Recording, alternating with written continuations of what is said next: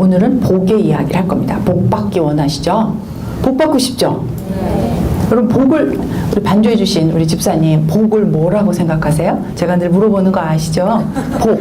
어떤 복 받고 싶으세요? 평생 예배할 수 있는. 평생 예배할 수 있는 복. 여기 예배자라서 대답이 다르시군요. 우리 박경훈 집사님 어떤 복 받고 싶으세요? 하나님을 잘 아는 것. 하나님을 잘 아는 복.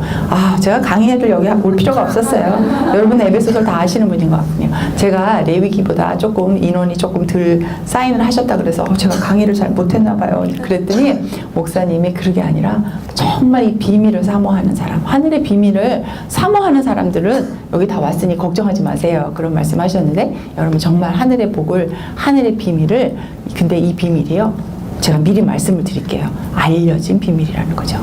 우리에겐 이미 알려진 비밀이에요. 그런데 이 비밀을 우리가 알고 누리고 살 수 있는 그런 노하우를 여러분과 함께 7주 동안에 해 나가도록 하겠습니다. 죄송한 말씀은 제가 10월달 22일부터 그 두바이하고 아부다비의 중동 선교사 협의회에 그 170명 선교사님을 섬기러 담임 목사님하고 같이 갑니다. 그래서 한 주는 제가 중간에 빠지고 그래서 지금부터 8주까지는 하게 될 것 같아요. 원래 이 교재는 보시다시피 7주에 끝나는 건데 중간에 한 주 쉬도록 하겠습니다. 아까 목사님께서 말씀해 주신 것처럼 목요일 날 10시에 액츠 29홀에서 에젤 선교회 기도 모임이 있습니다. 온누리교회에 있는 목사님, 선교사님들만 기도하는 게 아니고 저희 한 60여 개의 단체에 소속되어 있는 전 세계에 있는 선교사님들에서 기도하게 되니까 혹시 구경 가고 싶으신 분들 있으시면 우리 그 방으로 그냥 찾아가시면 여러분을 아마 웰컴해 주실 거라고 생각을 합니다.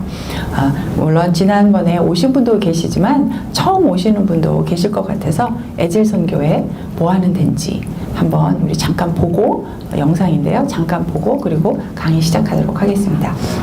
이렇게 에젤은 하나님께 늘 감사드리는 이런 사역을 하고 있습니다. 제가 왜 이 사역을 보여드리냐면요. 저는 이렇게 말씀을 강의하고 다니는 사람이 아닙니다. 물론 제가 신학교 공부를 했지만 이렇게 성경을 잘 모릅니다. 제가 이렇게 하기 시작한 건 지난번에 여러분이 공부하셨던 그 레위기예요. 그 레위기도 제가 정말 하나님의 법을 알고 싶어서 공부했던 게 아니고 저를 힘들게 했던 사람한테 너무 당해서 그분이 변호사라 제가 또 장로고 또 막 그래가지고 속상해가지고 또 하나님의 법이 네 법보다 낫지? 그래갖고 용용 죽겠지? 하고 공부한 게 레위기였어요. 근데 그 레위기 이미 공부하신 분들 많지만 레위기에서 제가 5대 제사를 통해서 다시 한번 내가 얼마나 큰 죄인인지를 깨닫게 되고 그 정말 나를 위해서 돌아가신 예수님의 사랑에 너무 감사해서 그 책을 썼고 제가 느꼈던, 제가 받았던 이 환상과 이 기쁨과 또 이 행복한 이 마음을 우리 성도들에게 같이 안 되네요. 같이 나누고 싶어서 제가 그래서 레위기를 쓰게 됐습니다. 그래서 제가 이런 생각을 해봤어요. 나에게 주셨던 하나님의 복은 여러분 모두에게 동일하게 나누라고 주신 복이라고 생각을 합니다. 그래서 제가 레위기를 제일 처음에 하고요. 그 다음에 두 번째 만든 책은 마태복음이었어요. 처음에 이게 책을 시리즈로 만들 생각은 전혀 없었고요. 레위기를 하나 공부하고 난 다음에 이게 모세 오경 중에 하나잖아요. 구약에. 그러니까 신약의 사복음서를 통해서 제가 신약을 좀 알았으면 좋겠다라는 생각이 들어서 마태복음을 했습니다. 그리고 나서 보니까 이 영적 전쟁에 대한 부분이 굉장히 중요해서 제가 그 다음에 영적 전쟁에 대한 책을 나눴습니다. 기도하시는 분한테 영적 전쟁이 굉장히 중요하니까요. 그래서 제가 지난번에도 말씀드렸지만 영적 전쟁이라고 하지 않고 하나님의 전쟁을 선포하면서 뭐라고 한다고요? 레위기 들으신 분? 네, 그렇습니다. 거룩한 전쟁이라는 선포를 하기 위해서 어떠한 내 삶에 고난이 오더라도 이것이 하나님의 거룩한 전쟁이라고 얘기를 한다면 우리가 이 모든 결과에 대해서 하나님께 온전히 맡기는 훈련이 될 것 같아서 그래서 제가 거룩한 전쟁이라는 책을 쓰고 그 다음에 이 오늘 하는 예배소서가 네 번째 책이에요. 이 교회론, 예수 그리스도를 머리로 한 우리 하나, 한 몸이 된 우리 교회, 이 교회가 너무 중요하고 이 교회 안에서 서로 다른 다양성과 통일성에 대한 하나됨이 너무 필요한데 실질적으로 우리 교회에서는 그런 부분이 조금 문제가 있지 않는가라는 생각이 들어서 제가 이 에베소서를 만들게 되었습니다. 그래서 여러분들은 한 분 한 분이 실질적으로 교회죠. 이 교회, 이게 오늘의 교회, 또 대전 오늘의 교회, 이런 교회가 있지만 이 교회는 건물이 아니라 여러분 한 분 한 분이신 것입니다. 그래서 이 교회로서의 내가 이 세상에서 어떤 역할을 가져야 되나? 그럼 교회로서 하나님께서 나를 교회로 부르신 이유가 뭔가? 나를 왜 부르셨나? 어떤 목적이 있어서 우리를 부르셨나? 라는 것을 오늘 이 시간에 함께 보도록 하겠습니다.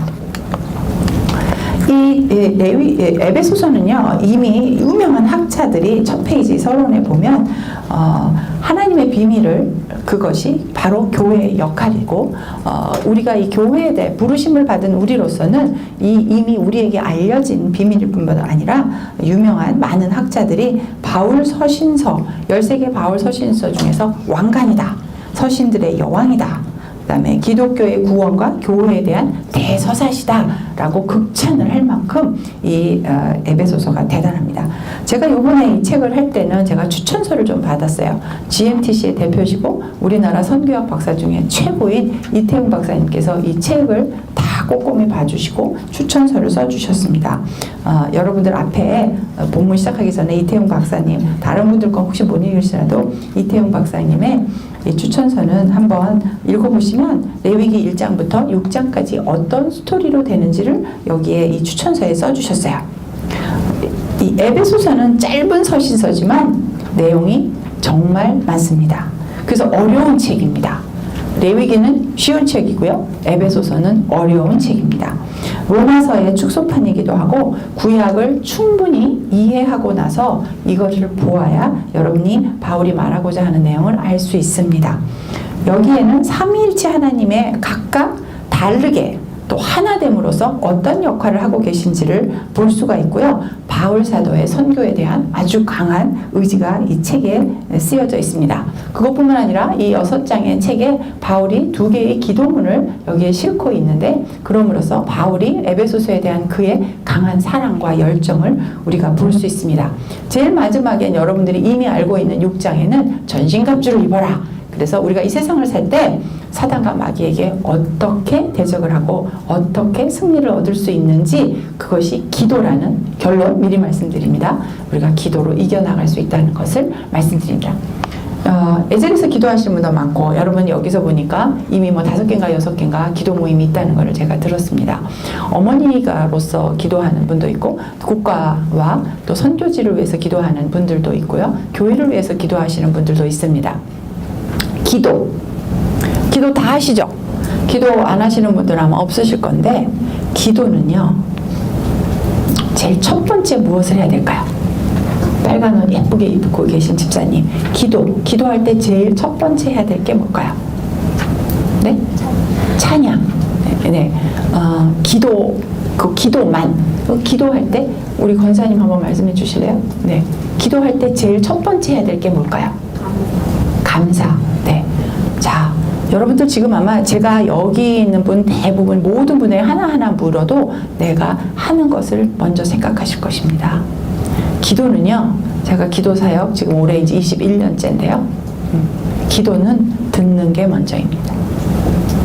믿음은 들으면서부터 납니다.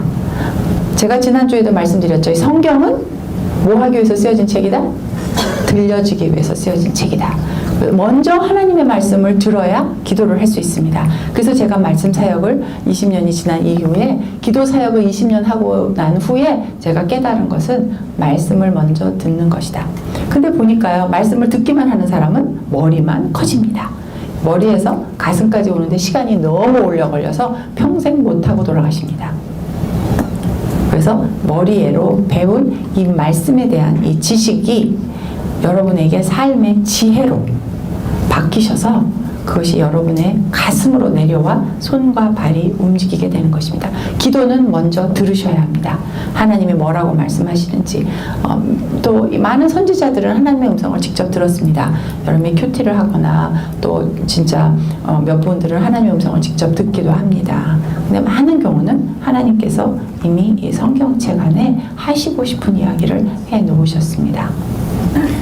우리 다시 한번 복습을 해보면 우리 레위기 할 때 말씀드렸는데요. 이 성경을 볼 때 여러분들이 주의하셔야 될 것이 있습니다. 이 성경에서 말씀하고자 하시는 이 원리는 불변합니다. 변하지 않아요. 그러나 이 성경에서 볼 때 그들의 역사와 그들의 문화는 여러분들이 이해를 하고 들으셔야 합니다. 그래서 이 성경에 쓰여진 1차 청중에 대한 이해가 모든 성경 가운데 있어야 돼요. 레위기도 그들의 1차 청중의 상황은 어땠죠? 출애굽했잖아요. 그러면 출애굽하기 전에 그들의 삶이 어떠했는가를 여러분이 아셔야 됩니다. 그리고 왜 이 레위기를 출애굽한 백성에게 주셨어야만 했는지 그들의 역사를 이해하는 것이 필요합니다. 그리고 그 많은 그 제사법을 통해서 하나님이 원하셨던 게 무엇인지, 제사법을 통해서 하나님이 하지 말라고 한 건 왜 하지 말라고 했는지, 대부분의 것이 그들이 430년 동안 애굽에서 있으면서 이방신을 섬겼던 그들에게 익숙한 그들의 문화였습니다. 그래서 하나님이 내 백성을 구별해내시면서 그들의 익숙한 것, 그들의 늘 그것이 죄인지도 모르고 있었던 그들 삶에서 구별해내시는 겁니다. 그래서 에베소서도 이 에베소서 책을 보면 이 에베소서 사람들 1차 청중의 그들의 삶의 정황을 여러분들이 먼저 보시는 것이 유익합니다. 에베소서는 누가 썼다고요? 바울이 썼습니다. 그래서 이 저자에 대한 이해가 여러분들에게도 있어야 될 것이고, 이 에베소서라는 그 지역에 대한 역사에 대해서 여러분들이 좀 지식이 좀 있으시면 이 성경에 대해서 공부하기가 쉬워집니다. 그래서 이 저자에 대한 이해, 그리고 그 저작 당시 그들의 삶의 정황에 대한 이해, 그리고 바울이 이 편지를 썼으면 누구에게 쓰는 거 있잖아요. 편지가 있으면 우리 편지 봉투에다가 뭘 쓰죠? From to, 그죠? 누가 누구에게. 이것이 에베소서가 서신서거든요. 그 서신서인데, 서신서도 무슨 서신서죠? 서신서 중에서도 어디서 썼죠? 네, 옥중 서신이라고 합니다. 그래서 에필골몬, 그래서 에베소서, 빌립보서, 골로새서, 빌레몬서, 이렇게 해서 에필골몬이란 이 네 책을 옥중에서 썼어요. 그러면 이 옥중에서 쓴 편지, 가장 어려울 때 내가 찾는 사람들, 여러분이 주일날 지금 우리가 빌립보서를 하고 있는데 그들에게 어떻게 썼는지 합니다. 그래서 이 편지를 쓴 바울이 내가 누군가에 대한 이야기를 합니다. 그래서 여러분들도 오늘 이 시간에 내가 누구인지, 여러분들이 이 바울을 통해서 나 자신이 누구인지를 한번 찾아가는 시간이 되었으면 좋겠습니다. 우리가 편지 쓸 때도 제일 먼저 뭐 하죠? 껍데기에다가 누가 누구에게 편지를 쓴다는. 그래서 내가 누구한테 편지를 쓰느냐에 따라서 다르잖아요. 내가 엄마한테 쓰는 편지 내용 다르고, 내가 우리 딸에게 쓰는 편지가 다르고, 또 아들에게 쓰는, 군대가 있는 아들에게 쓰는 위문 편지가 좀 다를 거예요. 그 다음에 제가 여러분들에게 쓰는, 내가 여러분들을 처음 봤을 때 쓰는 것과, 그 다음에 이렇게 레위기를 끝내고 에베소서를 하시는 여러분들에게 쓰는 편지하고는 내용이 조금 다르지 않을까라고 생각이 듭니다. 그래서 이게 바울은 이 에베소서 사람들하고 어떤 관계가 있었는지 그거를 보면 여러분이 편지를 이해하는데 훨씬 좋습니다. 편지 봉투를 꺼냈어요. 그럼 편지 봉투 제일 위에다가 누구에게라고 씁니다. 그러면서 그 다음에 뭘 쓰죠? 편지 제일 처음에? 그렇죠. 안부를 물어요. 그 안부. 그래서 바울의 편지는 대부분 이걸 외우려고 생각하지도 마시고 우리가 일상생활에서 하는 거로 생각하면 됩니다. 누가 누구에게 라는 편지를 쓰고 그 다음에 제일 첫 번째 나오는 것이 안부에 대한 이야기를 합니다. 그래서 이 바울의 편지는 대부분의 이 두 가지를 이 안부에 쓰는데 그것이 은혜와 평강입니다. 그래서 은혜와 평강 두 가지를 이야기합니다.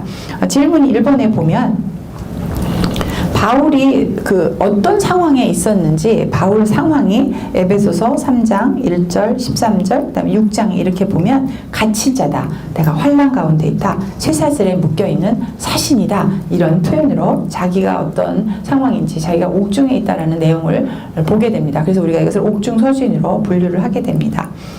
그래서 그 다음에 좀 더 바울이 어떤 상황에 있었는가를 보면 사도행전에 이 이야기가 나와 있고요. 그 다음에 그 무엇 때문에 감금됐는가. 우리가 죄수가 감옥에 갇혀 있으면 죄목이 있잖아요.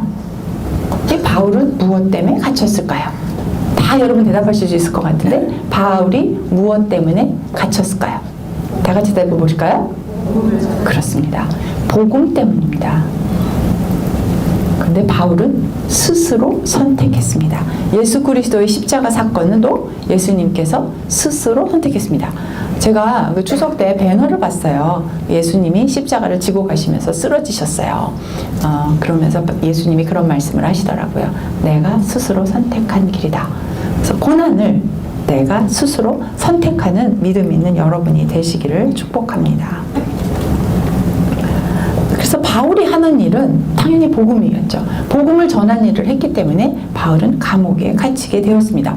우리 복음을 다 전하는데 우리 멀쩡한데 왜 바울이 그럼 그곳에 갇혔는지, 왜 바울을 싫어하는 사람이 있었는지 그런 상황을 우리가 한번 볼 필요가 있습니다. 질문 6번에 보면 로마서 1장 16절과 17절에 대한 것을 보면서 바울의 상황을 우리가 좀 더 알아볼 수 있습니다. 한번 여러분 다 찾아보시겠어요? 로마서 1장 16절과 17절 한번 찾아보셨으면 좋겠습니다. 어느 한 분 찾으셨으면 한번 크게 읽어주셨으면 좋겠습니다.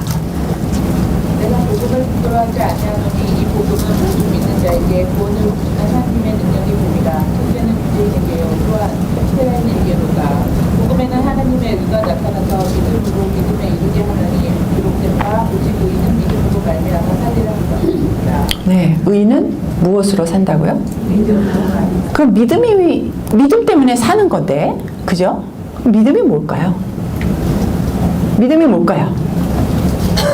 여러분 맨날 듣는 소리잖아요. 권사님, 믿음이 뭘까요? 예수는 나의 구세주시며 주님이시다.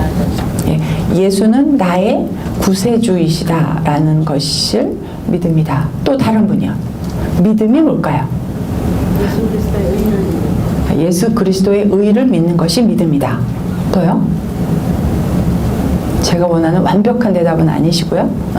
왜 믿느냐라는 대답이신 것 같아요. 믿음의 definition이요. 믿음은요, 하나님께서 이미 이루어 놓으신 것을 내 것으로 누리고 사는 것이 믿음입니다.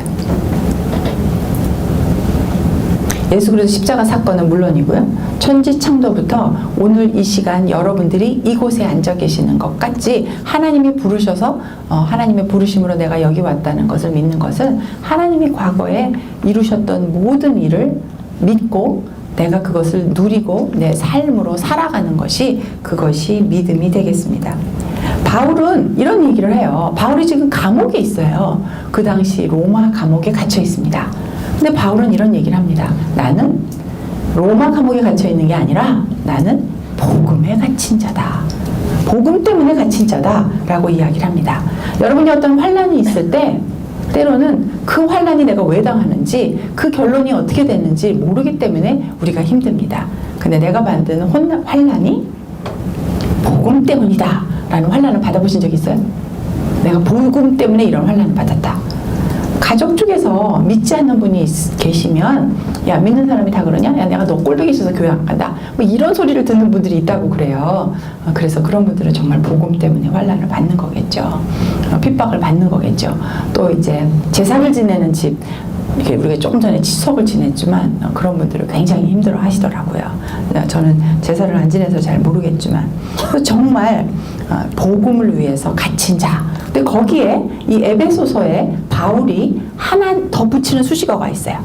그게 뭐냐면 이방인들의 복음을 위해서 갇힌 자라는 얘기를 합니다.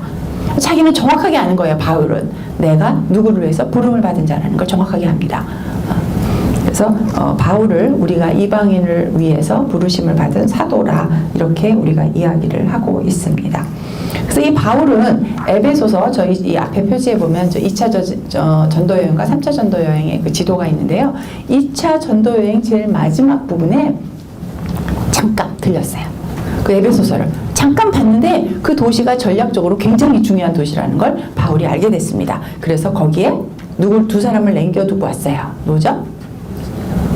브리스길라와 아굴라를 두고 너 여기서 복음 전하고 잘 있어. 그럼 내가 시간 되면 또 올게. 그런데 그 약속을 지켰을까요? 못 지켰을까요? 지켰습니다. 3차 여행 때 바울은 거기를 가서 얼마 동안 있었을까요? 2년 동안 있으면서 말씀을 가르쳤습니다. 고린도 서원에서. 제가 터키 여행을 하면서 이 에베소서를 가봤어요. 에베소 교회를 봤는데 정말 다 무너져서 이 기둥 같은 것만 남아있고 완전히 진짜 폐허인데 있고 이 고린도 그 두란노 서원도 그곳에 있더라고요. 참 그걸 보면서 저렇게 큰 어마어마한 부귀와 영광과 많은 사람들이 이곳에 막 다녔겠지. 막 음악과 음식과 막 버글버글 했겠지. 마치 명동처럼. 그런데 지금은 그때 고시에 저희가 7명이 같이 투어를 했는데 우리밖에 없더라고요. 그 넓은 땅에 그 사막 같은 가운데 그 막 진짜 내 손으로도 할 수 없는 그런 막 기둥들이 이렇게 엎어져 있는 것을 보면서 정말 섬뜩한 그런 마음이 있었습니다. 이 바울이 2번째 여행을 갔다가 3번째 또 갔어요. 왜 그랬을까요? 제가 여러분들을 다시 찾아온 거와 비슷한 맥락이 아닐까 싶습니다. 그들이 말씀으로 다시 세워주기 위해서입니다. 그들이 그렇다면 도움이 필요했기 때문에 다시 오지 않았을까라는 생각이 듭니다. 그래서 이제 여행을 했어요. 지금 21페이지로 넘어가고 있습니다. 그래서 에베소서의 수신자는 이방인 그리스도라는 것을 에베소서에서 밝히고 있고요. 이 이방인들은 바울이 만나서 성경을 가르치는 그들이 어떤 사람이었냐면 이미 하나님의 은혜와 사랑을 경험한 사람이고 그리스도를 통한 구속과 제사함을 받은 사람이고 구원의 확신이 있는 사람이고 그러나 이 적대적인 에베소서에 사는 그 사람들에게 고난을 받고 있었어요. 그래서 그들을 격려하고 그들의 믿음을 굳건히 하기 위해서 바울이 이렇게 갔습니다. 이 에베소서에서 가장 중요한 건 그 질문 9번 밑에 제가 써놨는데요. 패러다임 시프트가 합니다. 사람의 관점, 이 사람의 관점으로 그 속량에 대한 것을 설명한 것은 로마서예요. 그런데 그것을 하나님의 관점으로 바꿔서 에베소서에서 설명을 합니다. 하나님이 왜 이 일을 하셨는가? 하나님이 왜 너희를 구원하셨는가? 하나님이 왜 너에게 이런 고난을 허락하셨는가? 하나님의 관점으로 보는 것이 중요합니다. 그래서 여러분이 내 주위에 일어나는 일, 나에게 일어나는 일, 또 우리 교회에 일어나는 일, 그 다음에 이 세계 정세에서 일어나는 일을 내 중심으로 나의 관점으로 보는 게 아니라 하나님의 눈의 관점으로 보는 연습을 에베소서에서 하게 될 것이고 그러면 여러분은 이 세상을 볼 때 하나님의 관점으로 세상을 바라보는 눈이 이 에베소서를 통해서 세워지게 될 것이라고 생각합니다. 그리고 우리가 개인 중심이에요. 어떤 문제가 나의 개인 중심이었어요. 그런데 이 교회론 통해서 공동체 안의 것을 보는 눈으로 여러분의 눈이 확장하게 되는 것입니다. 세계적인 눈을 갖게 될 것이고 그리고 공동체성에서 나를 바라보는 그런 큰 시각을 갖게 해주는 책이 바로 이 에베소서입니다. 어떻게? 비밀을 통해서. 이 비밀은 뭐라고요? 이미 알려주신 비밀이라고요. 그러면 그 B번이요. 에베소서의 종교와 그 경제적인 상황이 어땠는가를 한번 우리가 보도록 하겠습니다. 이 에베소서는요, 그 소아시아의 정치, 경제, 문화 모든 것에 집합이 되는 그런 항구 도시였어요. 절 좀 봐주세요. 이 항구 도시예요. 이렇게 얘기를 책 읽는 것보다 이렇게 얘기처럼 들으면 여러분 머릿속에 좀 있기 쉽습니다. 이 항구 도시니까 들어가고 나가고 하는 게 많아요. 그러니까 부산 분들 혹시 계시면 여러분 쉽게 이해를 하실 것 같아요. 들어가고 나가고 하면 많은 물자들이 들어오죠. 공급이 되죠. 그런데 뭣도 들어오는 거예요? 좋은 것만 들어오나요? 좋은 물건만 들어오나요? 그러지 않아요. 안 좋아하는 사람보다 들어갔다 나갔다 하는 사람들이 있기 때문에 거기서 오는 불안정한 것도 있을 수 있고요. 나쁜 것도 같이 들어옵니다. 그런데 이 지역에는 무지무지 큰 가로, 세로 어마어마한 신전 한 그 길이가 여기 뒤에 보면 100m, 57m 그 다음에 이 높이가 17m나 되는 어마어마한 이 100개의 커다란 기둥이 세워져 있는 그러한 어마어마한 신전이 있었고 이 신전을 짓는데 22년이 걸렸다고 합니다. 그것이 뭐냐면 아데미 신전입니다. 그러면 이 아데미 여신이 섬기는 이유가 있을 거잖아요. 여러분 22페이지에 보면 거기 여신이 있어요. 이 여신상이 어마어마하게 큰 여신상이라는데 거기서 보면 이 가슴에 뭐가 막 달린 게 있어요. 그게 뭐냐면 젖가슴이에요. 그래서 풍요와 다산을 상징을 하는 이런 여신을 세워 놓았습니다. 여러분 그거 아시죠? 그 옛날 그 고대 그 당시에 이 신전을 섬기는 많은 신전을 섬기는 그 신녀들이 있었습니다. 근데 이들을 뭐라고 한다고요? 신전 창기라고 얘기를 우리는 합니다. 창기요. 네. 그들은 신전을 섬기는 여인이고 하얀 가운을 입고, 여러분 그리스 여신의 그리스 신화 같은 데 보면 하얀 가운을 입으면 이렇게 뭐 이렇게 팔랑팔랑하는 막 이렇게 이쁜 옷을 입고 다니는 아주 예쁜 여자들이 있는데, 그들은 그 신전에 섬기러 온 그 남자들과 관계를 해요.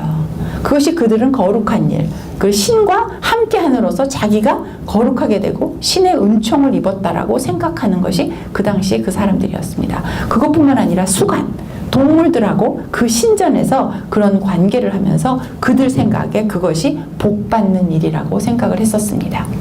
여기 아데미 여신상도 마찬가지로 그 밑에 이 몸통에 있는 많은 여신들의 것들이, 그래서 여신이 이런 복을 준다라고 생각을 했고, 그 여신의 그것을 그 신전을 섬기는 그 여인들과 함께 관계를 함으로써 신의 은총을 입는다라고 생각을 했었고, 많은 그런 아이돌을 만들어서 그 뭐라 그러지 한국말로 아이돌을 우상 조그만 그런 물건들을 만들어서 불상 같은 거 이런 걸 만들어서 그런 여러분 뭐 그런 거 있잖아요. 우리도 뭐 경주도 가보고 뭐 이런데 그런 관광단지가 조성이 되는 거죠. 그래서 많은 사람들이 그걸 구경하러 오는 거예요.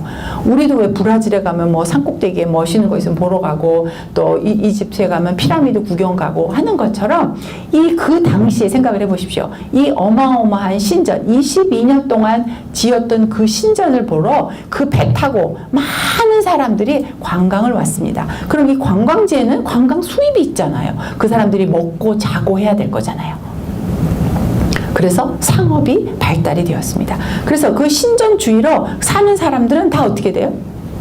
학교 주에는 그 학생들을 대상으로 장사하고 기숙사 같이 이렇게 밖에서 숙박을 해놓고 나서 돈을 버시는 것처럼, 이 관광 지역에서는 그렇게 뱃사람, 그 다음에 그 신전에서 창기들과 그렇게 관계를 맺기를 위한 사람들을 위한 숙소들이 있었던 거고, 그들의 먹을 것을 제공하는 그런 것이 되었고, 그 여신상들을 부적처럼 이렇게 사가지고 오는 것이죠. 일본에 가면 일본 그 신사에 갔을 때 돈을 내고 글을 적어서 이렇게 나무에다가 이렇게 접어서 놓는 것들을 하잖아요.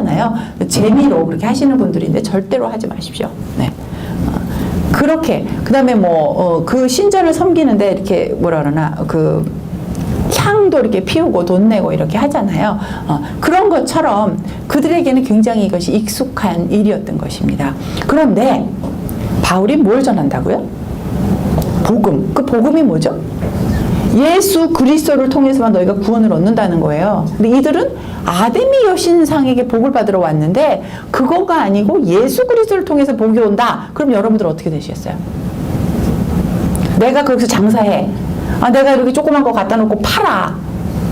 그런데 어느 날 바울이 와서 그런 말을 하고 막 돈이 다닌단 말이죠. 지금처럼 이렇게 서울처럼 이렇게 큰 도시가 아니었어요. 그 소문이 금방 났겠죠. 그래서 온 마을에 소동이 일어났습니다. 왜? 그렇게 믿었던 그 이방인들이 이제 예수 그리스도를 믿게 되면서 사도행전에 보면 그들이 보았던 책들과 그런 아이들을 다 태워버렸다는 얘기가 나옵니다.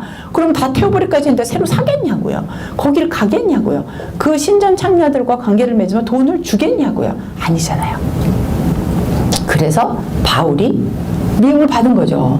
미움을 받으니까 누명을 쓰던 그 죄가 됐던 이 바울이 옥에 갇히게 된 그런 배경이 있게 되는 것입니다. 그런데 거기서 믿음을 지키고 살려고 하는 그 백성은 어떨까요?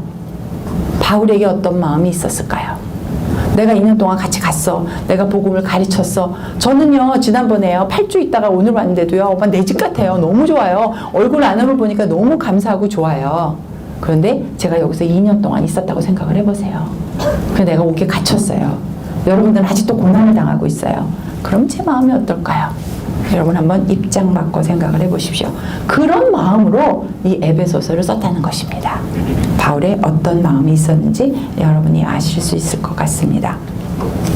그러면 바울이 이 6장의 것이 이제 편지를 썼는데 실제적으로 이제 우리가 나눠 놓긴 했지만 이 편지 한 통이잖아요. 그럼 편지 한 통에 쓸 때 바울이 무엇을 말하고 싶은지 그걸 우리가 찾아봐야 되겠죠. 그것이 에베소서의 주제가 되겠습니다. 이런 삶의 정황을 여러분들이 다 알고 나면 무엇을 바울이 말하고 싶은지, 그래서 제가 그 주제를 이 책 껍데기에 이렇게 써놨다 이 말입니다. 비밀입니다. 바울이 이미 그들이 알려진 비밀이지만 그 비밀을 다시 한번 이야기를 해주는 것이 이 에베소서인 것입니다. 교회를 통해서 이미 드러난 하나님의 비밀과 계획을 다시 한번 말해줌으로 인해서 그들이 당하고 있는 그 공격 속에서 자기의 믿음을 지켜갈 수 있도록 하기 위해서 준 것이 바로 이 에베소서가 되는 것입니다. 자, 여러분도 비밀을 무슨 얘기를 하고 싶은지 알고 싶으십니까? 네, 그래서 여러분도 여기 오셨겠죠. 그렇습니다. 이 비밀은 제가 결론부터 말씀을 드리죠. 예수 그리스도를 머리로 한, 상상을 해보세요. 몸된 교회입니다. 생각을 해보십시오. 우리가 이걸 다 믿어요. 지금 여러분들은, 여기 오신 분들은 초신자들이 아니시기 때문에 이걸 너무나 당연히 믿지만 안 믿는 사람은 이게 믿어지나요? 이상하잖아요. 목 따로, 뭐 스피크스도 아니고 몸 따로, 그죠? 근데 우리는 그걸 다 믿고 있어요. 이게 여러분의 믿음입니다. 하나님께서 이미 이루신 일을, 그것을 가지고 내가 누리고 그것을 나의 믿음으로 가지고 사는 것입니다. 예수 그리스도를 머리로, 그리고 우리가 몸된 교회로 서로 다른 다양성을 인정하면서 하나로 통일되어서 한 몸, 한 새 사람으로 우리가 새 아담이신 예수 그리스도와 함께 한 몸을 이루어서 가는 이것을 하나님은 태초 창조하시기 그 이전부터 계획하셨고, 우리가 죽어 이 세상이 끝나는 그 날까지 영원부터 영원까지 하나님의 계획 가운데 있다라는 이 비밀을 에베소서에서 말해주고 있는 것입니다. 그러면 이 교회라는 이야기, 제가 지금 24페이지 하고 있는데요. 여기 우리가 하이라이트 해놓은 부분 한번 같이 읽어볼까요? 시작. 그리스도를 머리로 하여 한 몸을 이루는 보편적 교회는 에베소서 전체를 지배하는 주제다. 주제라 그랬어요. 교회가 주제예요. 우리가 레위기 할 때 배웠죠. 중요한 주제는 어떻게 한다? 반복해요. 계속 얘기를 해요. 그러면 에베소서에서 교회가 몇 번 나오는지 세어봤더니 9번밖에 안 나와요. 그 9번밖에 안 나오는 걸 저기다 써놨어요. 저 밑에 여러분 주석에 보면 우리 한국 개역개정에서는 1장 23절에 교회라는 단어가 등장을 하지만 원어에는 이것이 교회라고 쓰지 않고 더 지시대명사로 되어 있습니다. 그래서 실제적인 이 교회, 이 에클레시아라는 단어는 9번이 사용이 되었는데요. 이렇게 중요한데 왜 9번밖에 안 썼냐고. 그리고 주로 3장하고 5장에서밖에 이야기를 안 해. 그럼 나머지 4장은 어디로 갔냐고. 근데 이게 교회가, 이게 아까 뭐라 그랬죠? 교회가 예수 그리스도를 머리로 한 뭐라고요? 몸. 그러니까 교회, 몸? 무슨 말이에요? 같은 동의어라 이 말입니다. 그래서 교회라는 단어는 9번 나왔고 이 몸이 쇼마라는 뜻인데요. 이 쇼마라는 단어가 10번 나와서 총 말하자면 19번, 우리 개역개정 말하면 20번이 이 교회라는 단어가 이렇게 나오게 됩니다. 이 교회라는 것이 서로의 다양성, 한 분 한 분이 다 개체가 다 다르잖아요. 이 다양성을 인정하는 가운데 통일성, 하나로 되는 이 교회를 여기서 말하게 되는 것입니다. 그래서 예수 그리스도 안에서라는 말은 몇 번 나오냐고요? 여기서 35번이나 나와요. 이 교회가 예수 그리스도 안에서 있을 때 교회가 교회된다는 것이죠. 그래서 그리스도 안에서 새롭게 창조된 예수 그리스도의 머리로 하고 통일성과 다양성을 인정한 그 한 몸된 새로운 피조물로 우리가 새로운 인류로 우리가 재창조되었다는 것이 여기 에베소서에서 말하고자 하는 내용입니다. 조금 어렵죠? 네, 정신 바짝 차리고 있어야 돼요. 뭔 소리를 하는지 단어가 막 어려워요. 다시 한번 점검해 봅시다. 에베소서의 주제는 교회다. 교회란 예수 그리스도를 머리로 우리 이 모든 성도가 서로의 다른 다양성을 인정하며 하나된 이 공통의 통일성을 인정해가는 그러한 한 몸, 한 새 사람으로 재창조가 되었다는 이 교회, 교회에 대한 수식어가 길긴 한데 이 교회가 에베소서의 주제입니다. 에베소서 주제가 뭐냐? 그러면 교회다 얘기를 하셔도 되고요. 몸이다 말씀하셔도 되고요. 이것이 하나님의 감춰졌으나 믿는 자에게는 드러난 그런 비밀이다 이렇게 말씀하셔도 되겠습니다. 같은 말입니다. 그래서 이 에베소서 안에서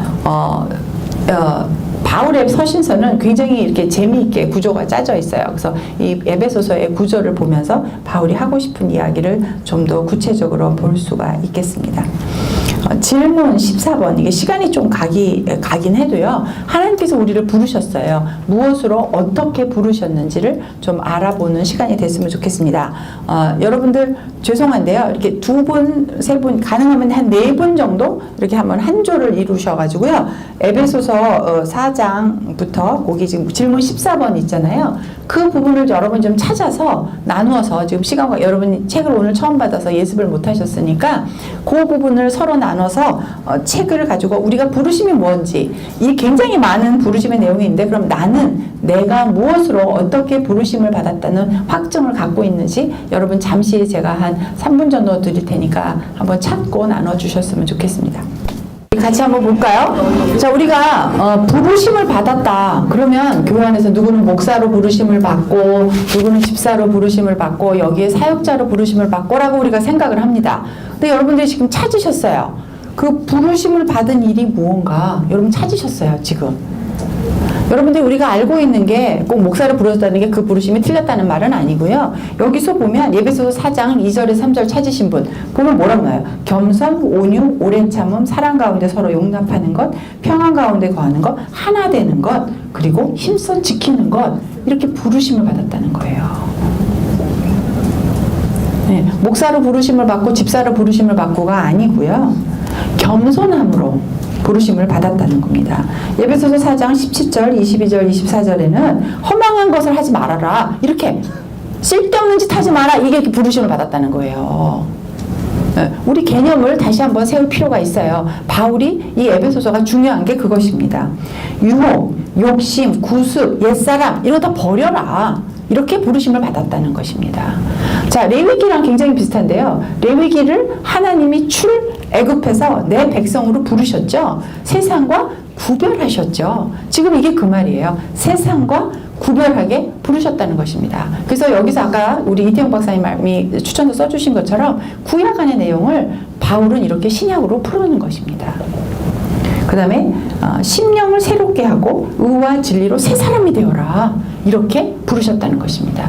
우리가 무엇을 하기를 요구하시는 것이 아니라 실제적으로 우리의 성품, 내적인 것을 하나님께서는 부르심으로 이렇게 말씀을 하고 계십니다. 에베소서 5장에서는요. 사랑받는 자녀같이 사랑 가운데 살았고 빛의 자녀처럼 행하고 살아라는 것입니다. 근데 이 부르심이라는 게 내 자신의 inner me, 내 안에 있는 속사람에 대한 이야기를 여기서는 하고 있는 것입니다. 에베소서 5장에서는 지혜 있는 자로 6장에서는 주 안에서 그의 힘의 능력으로 강건해져서 마귀를 대적하기 위해서 전신갑주를 입어라. 이 모든 에베소서에서 부르심이라는 건 뭐죠? 나 자신의 하나님 닮는 그 모습입니다. 우리 지난번에 레위기 할 때 그랬습니다. 거룩이 뭐라고요? 거룩. 세상과 분리해서 나를 드림으로 인해서 하나님의 온전하심으로 가는 것입니다. 세상과 구별된 삶이 무엇인가 여기서 보여주고 있는 것입니다. 하나님 닮는 게 무엇인지, 하나님의 성품은 무엇인지 여기서 가르쳐주고 너는 그렇게 불렀다 그 얘기를 해주고 있는 것입니다. 25페이지 끝에서 두 번째 줄 성도는 꼭 한번 우리 같이 읽어볼까요? 시작. 성도로서의 분명한 전책성과 사명의식을 가지고 교회 안에서와 세상 속에서 하나님을 본받는 자로 살아가기를 권면한다. 하나님의 백성들이 교회 안에서뿐만이 아니라 어디서도? 세상에서도 누구처럼? 하나님처럼 그렇게 저 사람 보면 하나님 이렇게 보이게 느껴지게 온유하고 용서하고 빛의 사람으로 옛 구습을 버리고 포용하고 사랑을 베푸고 이렇게 저 사람? 저게 하나님이구나 보이게. 왜요? 우리는 누구의 형상으로 지었다? 하나님의 형상으로. 그 아버지를 보면, 우리 딸을 보면, 딸이 저희가 이제 저희 딸이 미국에서 이제 왔는데요. 저희 딸을 보고 사람들이 똑같이 생겼대요. 제가 보면 한 개도 안 똑같거든요. 근데 똑같이 생겼대요. 그런 소리 많이 들으시죠? 여러분 자녀들 보면. 예. 그 뭐죠? 하나님 닮았단 말입니다. 여러분 누구 닮았다고요? 하나님 닮았다고요. 근데 하나님 닮았는데 가끔 가다가 막 마귀 닮은 짓을 해. 안 되잖아요. 우리를 보고 하나님의 사람이라고 느끼지 못하는 거잖아요. 그리고 우리가 세상에서, 우리가 지금 이제 곧 복에 대한 걸 배울 건데, 우리가 추구하는 것이 세상 사람들과 조금 더 다르지 않나. 그래서 우리가 교회 안에서와 세상 속에서 하나님을 본받는 자라고 그랬는데, 세상 속에서 세상 사람처럼 살고 있다 이 말입니다. 그것 때문에 바울이 이 에베소서를 썼다는 것이죠. 이 모든 것은 무엇을 통해서 가능한 것이냐? 사랑으로 이것이 가능하다고 얘기합니다. 에베소서는 6장으로 되어 있는데요. 26페이지 에베소서 전체 구조표를 한번 보도록 할까요? 교리 편으로 1장부터 3장까지 되어 있고요. 4장부터 6장까지는 그 교리를 가르쳐주고 그 교리대로 이렇게 살아라 라고 딱 반으로 나눠져 있습니다. 그래서 주제가, 이 교리편의 주제는 성도의 정체성, 자기 자신의 아이덴티티를 먼저 찾는 게 중요하고요. 그 다음에 부르심에 합당한 삶으로 그 부르심의 그 무엇인지, 아까 말씀드린 거, 그 부르심이 무엇인지를 알고 부르심대로 살아라 이것입니다. 그것이 에베소서에서 말하는 전체예요. 테마 2로 넘어가겠습니다. 이 바울의 편지는 이렇게 이야기를 해요. 바울이 편지에 이렇게 이야기를 합니다. 제가 첫 번째 1절을 읽어볼게요. 제가 갖고 있는 건 개역개정인데요. 하나님의 뜻으로 말미암아, 이게 첫 번째 나오는 말이에요. 여러분은 누구 뜻대로 사세요? 여기 오신 게 내가 하나님의 뜻으로 여기 오셨, 이게 에베소 딱 듣고 이거 하나님의 뜻이야 이거 들어요. 하나님의 비밀을 여러분 이렇게 오셨다 이 말입니다. 하나님의 뜻 가운데 내가 있다는 걸 매일매일 인식하고 사는 것이 중요합니다. 첫 번째 얘기했어요. 제일 먼저 하고 싶은 얘기 여러분 하잖아요. 인사말에서 하나님의 뜻으로 말미암아 그리스도 예수의 사도, 그리스도 예수를 전하는 사람이라는 것이죠. 그렇게 사도가 된 바울이다. 내가 사도가 된 것이 하나님의 뜻이었다. 여러분이 여기 와서 계시는 것, 내가 여기 와서 이 에베소서를 가르치는 것 하나님의 뜻이었다라는 확신이 여러분 있으십니까? 네. 그리스도 예수 안에 있는 신실한 자들에게 편지 쓴다. 그래서 내가 누구고 내가 누구에게 편지를 쓰는 것을 이야기를 합니다. 에베소서에 있는 성도들이었고요. 그리스도 안에 있는 자들이었고요. 이들은 성도였고요. 이들은 신실한 자들이었습니다. 이 편지를 보내는 사람들의 수식어가 있어요. 여러분들은 자기 자신에게 어떤 수식어를 붙여주시겠어요?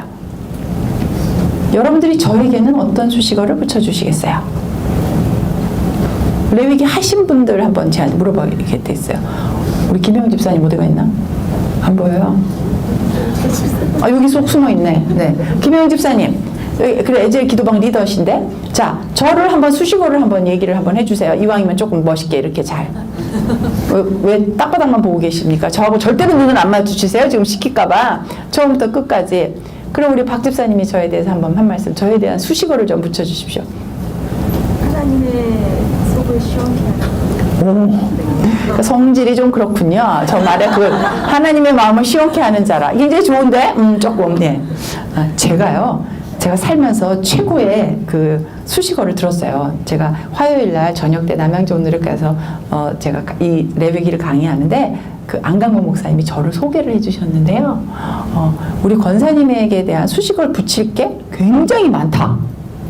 근데 그 중에 딱 한 가지만 뽑아서 얘기를 하려면 하나님의 말씀하시는 걸 잘 듣고 하나님의 말씀하신 걸 즉각적으로 행하는 분이시다. 이렇게 말씀을 하셨어요. 최고의 천사라고 저는 생각을 합니다. 그래서 여러분들도 주위에서 나를 누구라고 생각을 하는지, 제가 그 전에 저를 부를 때 제가 강단에 서고 간증을 할 때 저에 대한 수식어는 뭔지 아세요? 멀쩡해 보이지만 굉장히 아픈 사람. 네, 굉장히 많은 병이 있는 사람, 한국에서는 들어보지도 못한 병을 갖고 있는 사람, 네, 뭐 암이 걸렸는데 저절로 낫던 사람, 뭐 이런 걸로 저를 수식을 해서 이제 소개를 하는데, 요새는 그게 아니라 하나님의 말씀에 즉각적으로 순종하는 사람. 와, 여러분도 그런 분이라서 여기 앉아 계셨을 거라고 믿습니다. 2절에 보면 하나님 우리 아버지와 주 예수 그리스도로부터 은혜와 은혜와 평강이 너에게 있으리라. 은혜와 평강은 누구에서부터 나온다고요?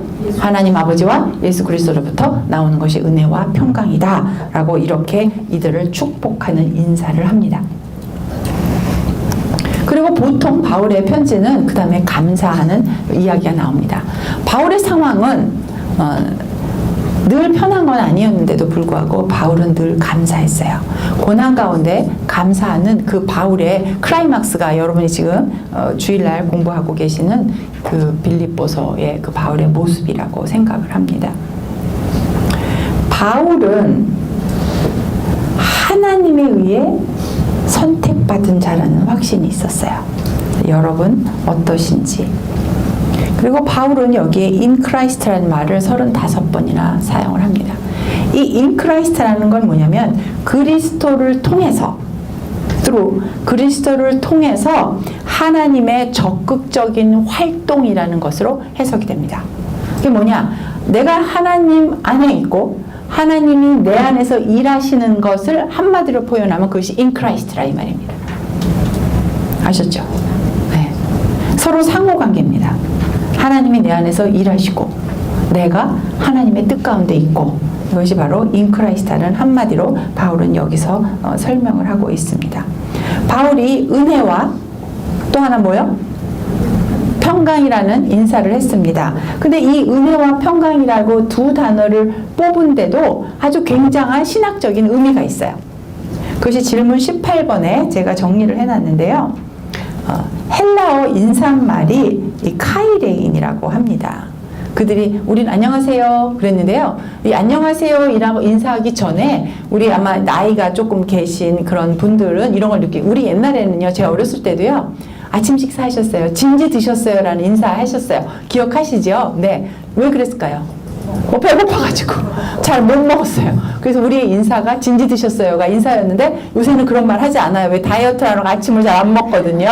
네, 그래서 지금은 안녕하세요 라고 이렇게 합니다. 근데 이들에게는 그 카리스라는 말로 신학적인 말로 그들이 하는 이 카이레인을 신학적인 용어로 바꿔서 은혜라는 말로 인사를 하게 되는 것입니다. 그리고 또 이 사람들이 히브리어가 샬롬이라는 그 말을 그 시대가 헬라 시대였잖아요. 그래서 이 헬라어로 바꿔서 평강이란 그 에이레네가 그 우리나라 말로 하면 평강인데요. 그래서 그들의 살고 있는 그 당시에 신학적인 의미를 가지고 그들 문화에 편안한 그런 인사를 선택한 것입니다.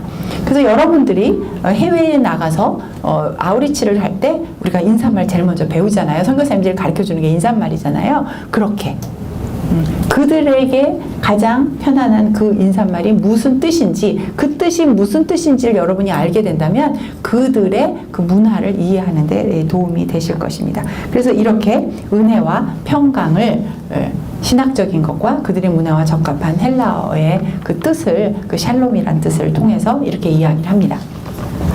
여러분 많이 오셨습니다. 멀고 먼 길 와서 이제 드디어 복 이야기를 합니다. 복 받고 싶으시죠? 복 받고 싶어요. 우리 모두가 복 받고 싶어요. 근데 그 복이 무엇인지 28페이지에 구조표를 보시면 알 수 있습니다. 질문 19절에 보면 제가 이렇게 정리를 성부, 성자, 성령으로 이렇게 나눠놨습니다. 복이 뭔가? 자, 우리가 복 받았다라고 할 때 보통은요, 아우, 저 사람 복 받았어. 그럼 우리 어떤, 뭘 때, 그냥, 이렇게 아까 막 굉장히 크리스찬적인 대답하지 마시고, 우리 보통, 정상적으로요, 우리 여기 교회라고 말고, 여러분 일상으로 돌아가서, 저 사람 복 받았어. 그럴 때 뭘 갖고 복 받았다고 할까요? 옛날에 우리 나이 많으신 권사님들은 복 받았다고 얘기할 땐 자식이 많으면 복 받았다 그래요. 근데 요새는 자식이 하나밖에 안 나요. 그래서 복의 개념도 바뀌었어요. 근데 보통 우리가 복 받았다고 얘기를 하면 뭐라고 얘기하시나요?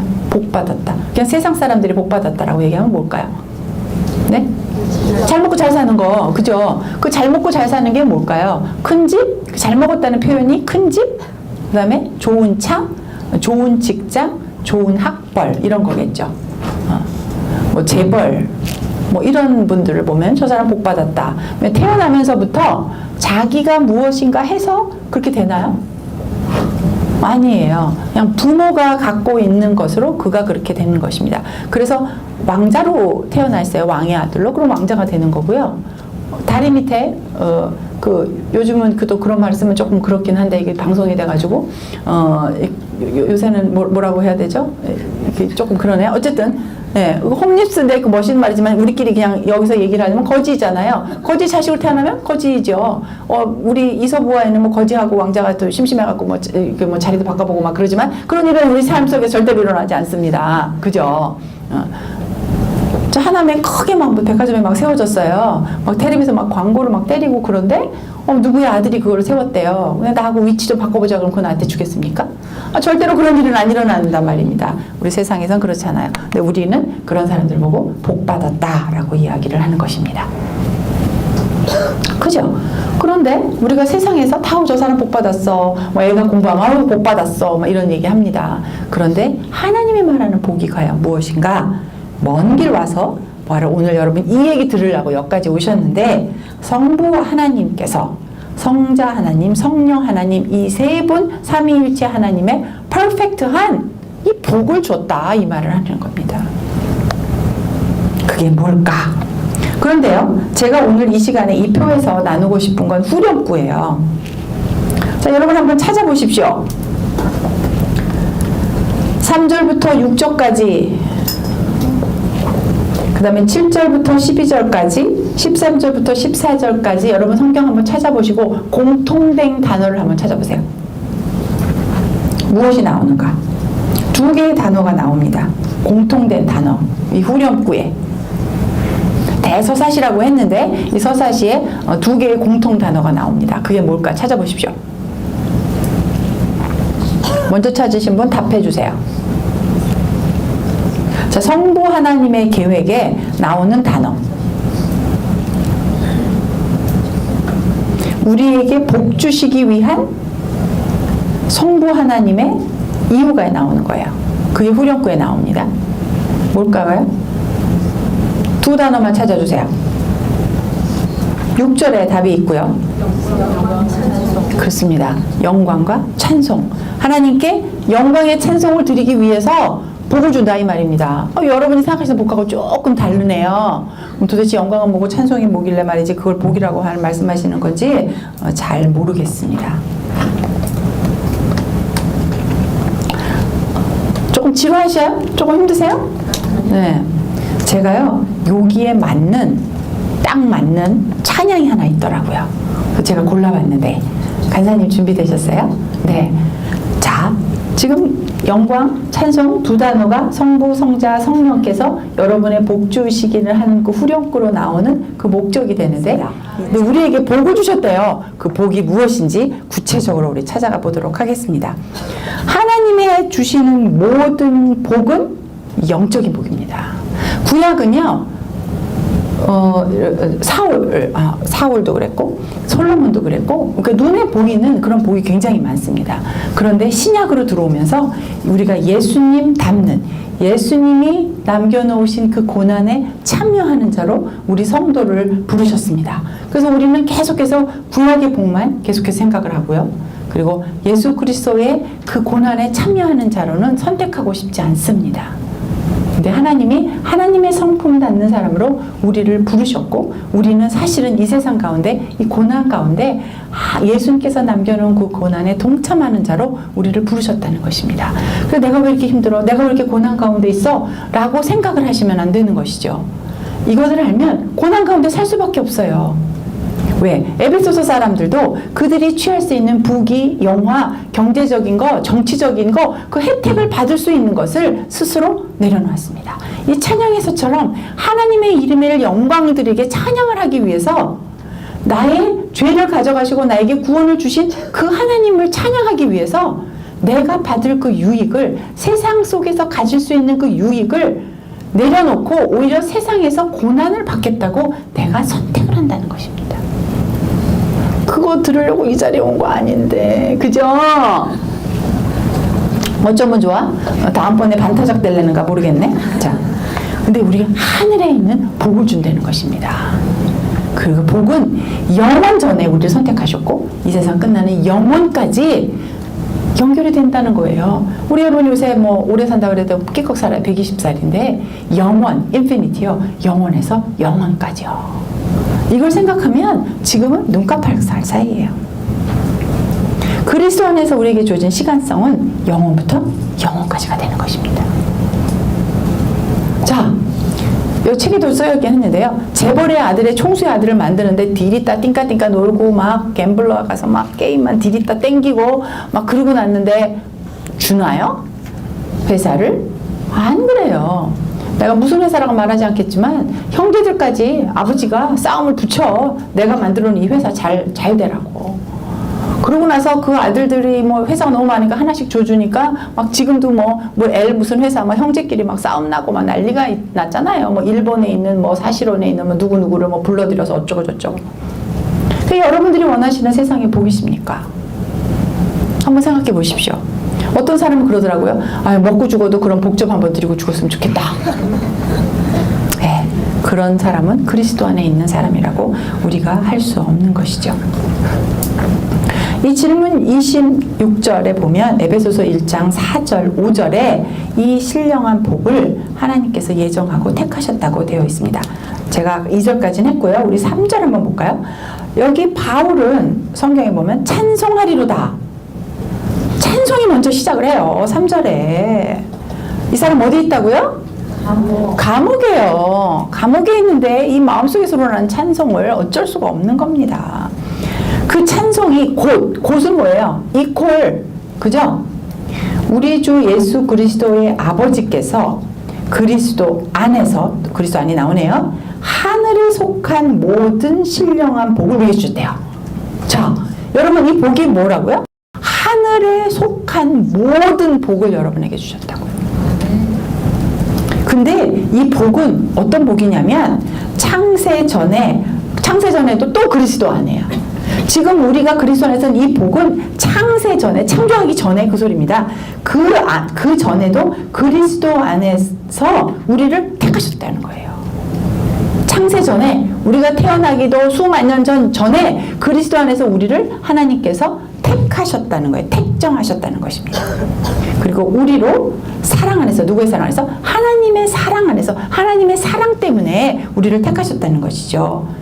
그래요. 그 앞에서 여러분 레위기하셨던 너무나 이제 재밌고 흔하고 쉬운 이야기가 뭐죠? 여기서 거룩하고 흠이 없게. 자, 거룩과 흠이 없게는 같이 가죠. 흠이 있는 것이 거룩한 것으로 들여질 수 있나요? 없죠. 세상의 모든 것, 우리 레위기 한번 잠깐 복습해 봅시다. 세상의 모든 것은 거룩한 것과 어떤 것으로 나눠지죠? 속된 것으로. 세상에 속한, 그 속된, 세속, 그죠? 거룩한 것과 속된 것으로 나누어지는데 이 속된 것은 또 두 개로 나눠져요. 뭐로? 정한 것과 부정한 것으로. 이 정한 것은, 이 깨끗한 것은, 흠이 없는 것은 하나님께 드려짐으로 거룩한 것이 되는 거예요. 이 물건도 제가 하나님께 드려주고 하나님의 성막 안에 있으면 거룩한 것이 되는 것이고, 그 하나님의 예배를 섬기는 제사장도 거룩한 것이고, 하나님이 제사를 하고 하나님의 그 은혜와 하나님의 임재 안에 있는 이 백성들은 다 거룩한 백성이 되는 것이죠. 그리고 그렇지 않은 밖의 것은 정하지 않은 것이 되는 것이다. 부정한 것이 되는 거예요. 그럼 하나님의 임재 가운데 있을 수 없어요. 왜요? 죽으니까. 그래서 그 정하지 않은 사람은 잠깐 바깥으로 따로 줘. 그래서 이 사람이 일정한 기간이 지나고 그것이 회복이 되면 다시 불러들이는 것, 그것이 여러분에서 레위기에서 배운 내용인 것입니다. 그래서 하나님이 창세전에 예수 그리스도 안에서 우리를 택하셔서 거룩하고 흠이 없게 만드셨다는 것입니다. 5절에 보면 그 하나님이 이 뜻이 하나님이 기쁘신 뜻이야. 이렇게 하는 게 하나님이 기뻐. 그 뜻대로 우리를 예정하셨다. 하나님과 뜻과 계획 안에 우리가 있다. 이 소리입니다. 택하시고 예정하셨다. 또 여기서 누구 때문에? 예수 그리스도 때문에 자기 아들이 되게 하셨다는 것입니다. 누구 때문에? 예수 그리스도. 창세전에도 예수 그리스도 안에서, 지금도 예수 그리스도 안에서, 그리고 예수 그리스도 때문에 우리를 양자 삼아 주셨다는 것입니다. 여기에 중요한 게 양자 삼아 주신 거예요. 하늘에 주신 복의 내용이 뭐라고요? 결국 하나님이 주신 복은 양자 삼아 주셨다는 거예요. 아들이 누리는 축복이 있다는 것이죠. 아들이 누리는 축복이 뭐예요? 상속을 받아요. 유업을 받는다는 것입니다. 또 그 아들은 그 아버지를 닮아요. 그죠? 또 그 아버지는 우리 탕자에 비해서도 그러잖아요. 그 탕자가 나갔다가 들어와. 그러니까 아버지가 그 아들에게 뭘 입혀줘요? 손에 가락지, 왜냐면 이것이 지장 찍어가지고 내 거라는 걸 표시하는 거잖아요. 아버지의 겉옷을 입혀주고 신발을 신겨주고 반지를 끼워주고 아버지의 권위를 주는 것입니다. 이것이 아들이 갖는 거예요. 여러분은 누구 닮았다? 하나님 닮았다. 여러분은 하나님이 가지신 그 권한을 누구에게 주셨다? 여러분에게 주셨다. 그런 사람입니다. 하나님이 하늘에 속한 비밀을 여러분에게 알려주신다는 것이죠. 왜? 아들이니까. 왜? 우리가 그리스도 예수 안에 있으니까. 하나님이 창세전에 택하셨으니까. 하나님이 그렇게 하시겠다고 기쁜 뜻으로 이미 우리에게 예정하셨으니까. 하나님이 선택하신 거라 이 말입니다. 우리가 한 일이 있나요? 없다 이 말입니다. 그래서 우리 인생의 최고의 복은 무엇일까? 내가 원하는 복이 무엇일까? 여러분이 한번 생각을 해보셨으면 좋겠습니다. 하나님이 복을 주신 목적은 하나님의 임재 가운데 거룩하고 흠이 없게 있게 하기 위하신 것입니다. 그렇게 하기 위해서 했다고 여기 써 있어요. 6절에 보면 이는 그가 사랑하시는 자 누구예요? 예수 그리스도. 그가 사랑하시는 자 안에서 그리스도 안에서 예수 안에서 똑같은 말입니다. 우리에게 거저 주셨다는 거예요. 거저 줬다는 건 뭐예요? 우리가 페이한 게 없다는 거예요. 그럼 뭐죠? 내가 한 게 있어요? 없어요? 아무것도 없다 이 말입니다. 그 거저 주신 게 뭐냐? 그게 은혜와 영광을 찬송하게 하는 것이다. 아들 되게 하신 목적이 뭐하라고? 하나님의 이름을 찬양하고 찬송하라고. 그거 위해서 다 줬다 이 말입니다. 하나님을 갖고 온 권한, 하나님의 지혜와 계시, 예? 하나님이 주시는 평강 다 여러분에게 주셨다 이 말입니다. 빌립보서, 제가 지금 여러분이 우리 교회에서 빌립보서를 하고 있기 때문에 계속 지금 빌립보서 얘기를 하는데 감옥에서도 사도 바울은 평안했어요. 내 평안을 너에게 준대. 감옥에 있는 사람이. 예. 이것이 하늘의 비밀인 것입니다. 그 비밀을 여기서 바울이 얘기를 해주고 있는 것입니다. 받을 약속이 있고요. 하나님 우리에게 약속을 주셨습니다. 그리고 하나님이 주신 우리에게 비밀을, 그 유업을 주셨습니다. 그리고 하나님과 가깝게 하나님의 비밀을 우리에게 알려주시는, 아무나 알려주는 게 아니죠. 여러분 우리 집에 비밀 번호가 있어요. 띠띠띠띠 눌러야 집에 들어가요. 아무나 가르쳐줘요? 아니에요. 내 딸은 다 알아. 내 아들도 다 알아. 왜? 우리 집 비밀번호는 걔네들 생년월일이야. 예, 여러분들 몰라도 걔네들은 알아. 절대로 잊어버리지 못해. 그죠? 이것이 자녀입니다. 친한 사람에게 가르쳐주는 것이죠. 아까 말씀드렸던 32페이지 위에 그 믿음이라는 것이 무엇인지 정리가 첫 페이지에 지금 나와 있습니다. 그래서 이 창세 전에 이 구원은 하나님께서 이미 예정하신 것이고 우리를 택하신 거기 때문에 우리가 한 것과는 아무런 상관이 없고 이것이 하나님이 주신 복이 되겠습니다. 10번 들어가죠. 축복의 목적이 있어요. 그럼 왜 이렇게 주셨냐 하나님께서. 아까 말씀드렸습니다. 영광의 찬송이 되게 하기 위해서, 우리를 거룩하고 흠이 없게 하기 위해서, 그리고 우리를 통해서 누구를 드러나게 하기 위해서. 여기 좀 봐주세요. 우리를 통해서 누구를 드러나게 하신다고요? 하나님, 예수님. 저 사람 보면 저 사람 하나님이 저런 분이시구나. 우리를 통해서 알게 하신다는 거죠. 아, 저렇게 희생하고 섬기고 막 예수님이 저렇게 섬겨주셨구나. 왕이신데. 이런 것을 우리로 하여금 보이지 않는 하나님을, 우리 하나님의 형상을 가진 우리를 통해서 하나님을 드러나게 하기 위해서 여러분을 택하셨다 이 말입니다. 그래서 알게 해주신다는 것입니다. 하나님이 누구신지, 나에게 받은 복이 무엇인지, 하늘의 복이 무엇인지, 우리가 죽어서 갈 곳이 무엇인지 하나님이 우리에게 알려주신 것입니다. 왜? 하나님을 드러내서 하나님을 알지 못하는 자로 하여금 하나님, 그 빛 가운데로 하나님을 알지 못하는 사람을 데려오게 하기 위해서 그런 것입니다. 베드로전서 1장 15절 16절 질문 32번 찾아보라고 되어 있는데 시간 관계상 제가 읽어드릴게요. 오직 너희를 부르신 거룩한 이처럼, 하나님이시죠? 너희로 모든 행실에 거룩한 자가 되라. 내가 거룩하니 너희도 거룩하다 이 말이 나옵니다. 기록되었으되 내가 거룩하니 너희도 거룩할지어다 하셨느니라. 이 말이 베드로전서 1장 15절에서 16절의 말씀입니다. 내가 거룩하니 너희도 거룩하라. 레위기에서 130번이나 말씀하셨던 이야기입니다. 내가 거룩하니 너희도 거룩하라. 그 얘기는 즉 흠없고 정결하고 깨끗하게 살아라. 그 소리를 하시는 것입니다. 그래서 질문 36번을 보면 순교를 앞둔 그 바울이 영적 아들인 디모데와 경건한 삶을 살고자 하는 그 에베소서 사람들에게 가르치는 것이 무엇이었냐면 고난과 박해였습니다. 고난과 박해를 두려워하지 말라. 우리가 받는 고난은 누구 때문에? 예수 그리스도 때문에. 무엇 때문에? 복음 때문에. 그렇습니다. 우리 34번, 질문 34번 제가 일부러 까꾸로 했는데요. 삶의 목적을 이루기 위해서 하나님은 무엇을 사용하십니까? 우리의 삶의 목적, 하나님의 영광과 찬송을 드리기 위해서 하나님께서 우리에게 사용하시는 것이 있어요. 그게 뭐냐면 로마서 5장 3절 4절 그리고 시브리서 12장 5절 9절에 나오는 것은 무엇이냐면 하나님 우리에게 하나님을 알리기 위해서 무엇을 허락하시냐면 제일 먼저 허락하신 것이 환난입니다. 환난을 통해서 우리가 어떻게 돼요? 환난을 통해서 우리가 대답 좀 해주지. 환난이 막 오면 우리가 인내가 생겨요. 인내함이 생겨요. 참아야지. 처음에 고난이 오면 참아요.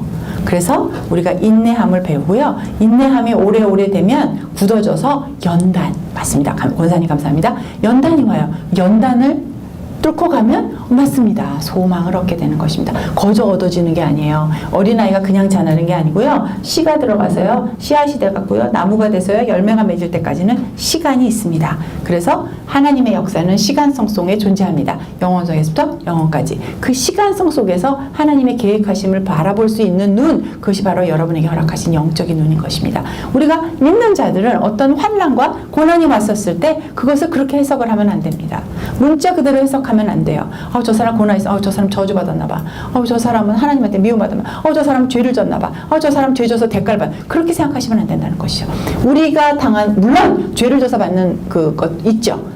죄를 져서 받는 벌도 있지만 대부분 우리가 믿는 하나님 안에 그리스도 안에 있는 사람들은 환난을 통해서 우리가 인내하게 하고 인내를 통해서 그 연단을 통해서 우리를 더 강건하게 만들어 주심으로 인해서 하늘에 있는 소망을 갖게 하신다는 것입니다. 또 이제 또 반 인구가 빠져나갈 얘기를 제가 하고 있습니다. 제가 아니라 이 바울 사도께서 이렇게 말씀해 주고 있는 것입니다. 질문 36절에 보면 육체의 축복. 그러면 저는요 굉장히 병이 많은데 저는 그럼 하나님의 저주를 받은 자입니까?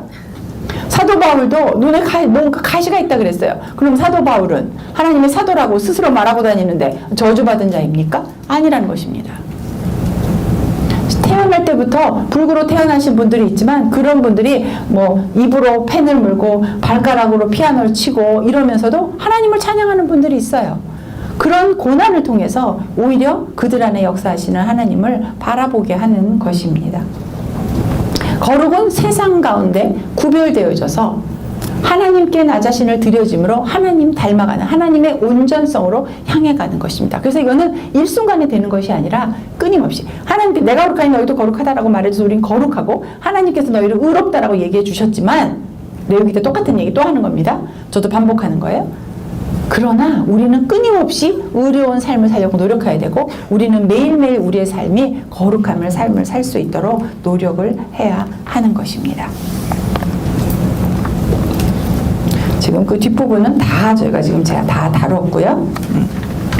제일 마지막 페이지 36페이지 보도록 하겠습니다.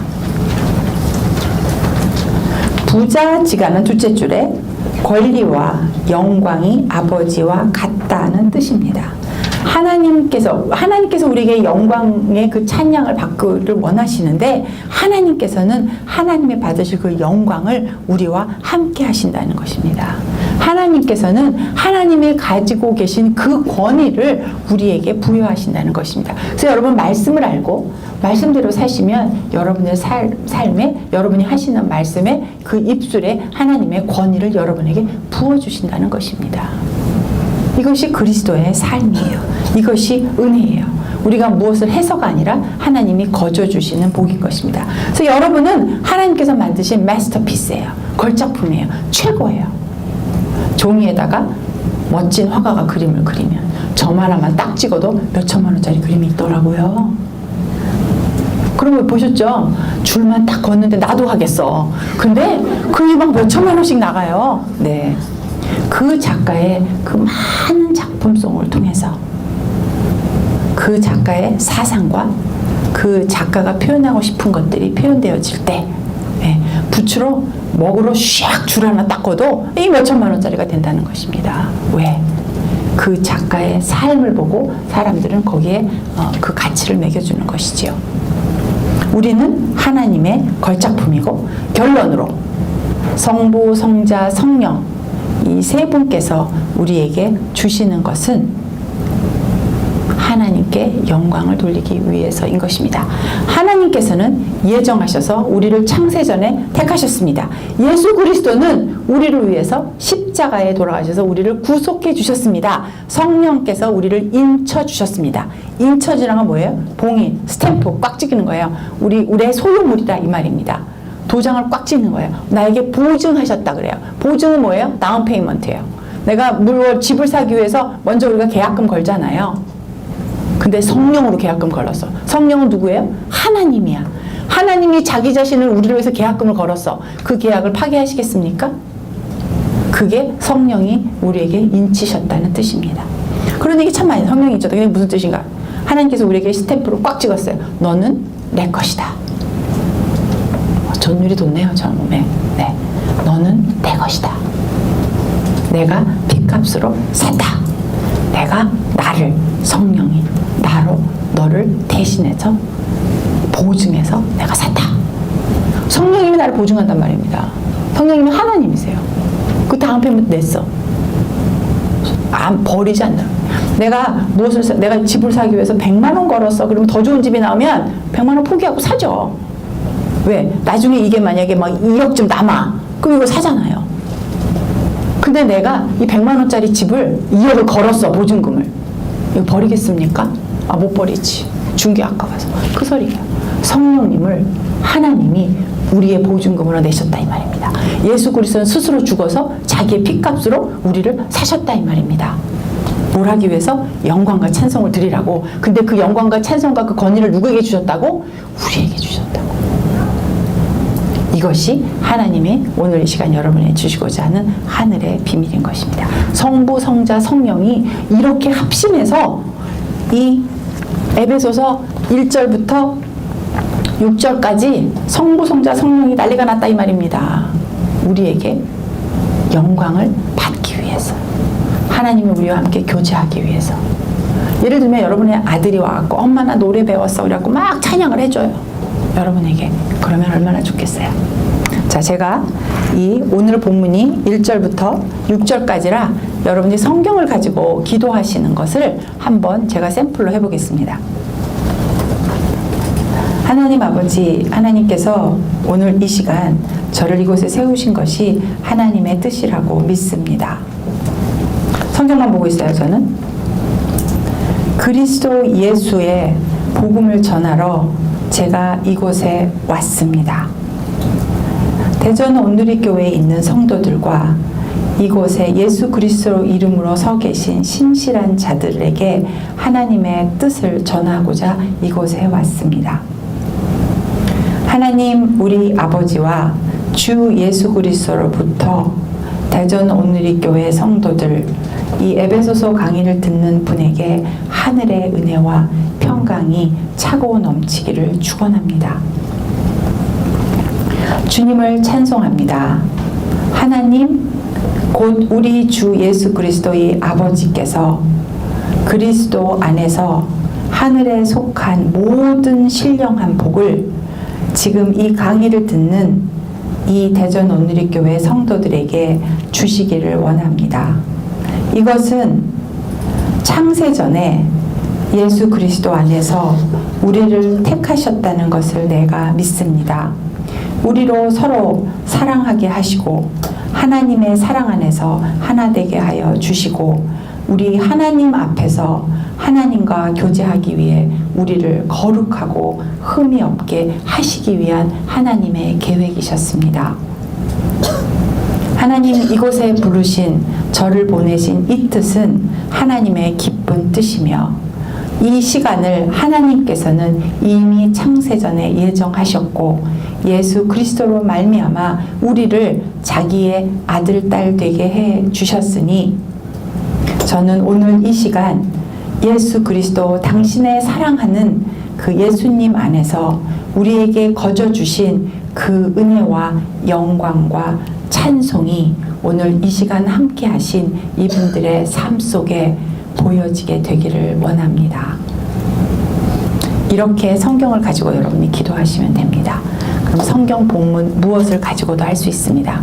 그런데 이 내용을 잘 모르면 신령한 복이 뭔가 조금 좀 신비주의자 같다 그럴 수 있어요. 제가 이 책의 제목을요 에베소서 신비라고 처음에 했었어요. 이 신령한 하나님의 비밀이다 그랬더니 요새 좀 신비주의자 좀 많잖아요. 그래서 좀 오해가 될 수 있다 그래갖고 또 말을 바꿨어요. 제가 비밀로. 신령한 복이 뭘까? 그리스도 안이라는 것이 무엇일까? 또 기도를 조금 바꾸면 하나님 아버지 우리를 택해 주셔서 감사합니다. 창세전에 우리를 예정해 주셔서 감사합니다. 내가 그리스도 예수 안에 있게 해주셔서 감사합니다. 이런 감사기도를 여러분 할 수 있어요. 하나님 내가 내 삶을 다 드려 주 예수 그리스도를 찬양합니다. 내 이 찬양이 이 세상에 오는 어떤 고난에도 꺾이지 않고 내 생명 다하는 데까지 주 예수 그리스도 한 분을 찬양하는 그 찬양하는 자로 내 삶을 사용하여 주시옵소서. 하나님의 비밀을 알고 하나님의 비밀을 전하는 자로 나를 사용하여 주시옵소서. 하나님께서 나에게 주신 이 비밀을 나누는 자로 사용하여 주시옵소서. 하늘에 주시는 비밀을 내가 깨달을 수 있도록 하늘의 비밀을 알 수 있게 해 주시기 위하여 하나님이 나에게 지혜와 총명을 주셨으니 하나님 내가 이것을 사용할 수 있도록 하여 주시옵소서. 매일매일 말씀을 묵상하며 하나님 주시는 말씀을 깨달음을 주셔서 그것을 내 삶으로 드러내 하나님 예수 그리스도를 내 삶으로 표현되게 하여 주시옵소서. 나의 삶을 통하여서 하나님을 경험하고 나의 삶을 통하여서 예수 그리스도를 경험하는 자가 이곳에 차고 넘치게 하여 주시옵소서. 하나님을 알지 못하는 열방에 있는 자를 위해서 내가 기도합니다. 하나님의 복 예수 그리스도 안에 이미 택정하여 본 그 사람이 누군지 내가 알지 못하나 하나님 내가 오늘 그 자를 위해서 이곳에서 기도합니다. 하나님 그들에게도 하나님의 신비한 비밀을 알게 하시고 그들에게도 하늘의 비밀을 알게 하셔서 하나님 은혜에 찬송하는 자로 다 함께 찬송하는 자로 그들로 불러 주시옵소서. 그들을 위하여 수고하고 애쓰는 선교사님을 위해서 기도합니다. 하늘의 비밀을 알게 하시고 그들이 고난 가운데 있어도 하늘의 복을 붙잡게 하시고 그들이 어렵고 힘들 때 하나님께서 주신 환난이 그들에게 연단이 되게 하시고 그들이 환난 가운데 처해 있지만 하나님 그들의 하늘의 소망을 붙잡고 일어서게 하여 주시옵소서. 그들이 어렵고 힘들고 암흑 가운데 있을 때 하나님 우리로 하여금 함께 기도하게 하셔서 하나님 그들이 다시 한번 일어날 수 있는 소망을 알게 하여 주시옵소서. 이것이 말씀을 가지고 기도하는 것이 되겠습니다. 이러면 여러분의 기도는 몇 시간도 하실 수 있어요. 이 훈련을 시키려는데 잘 못하세요. 힘들어 하신대요.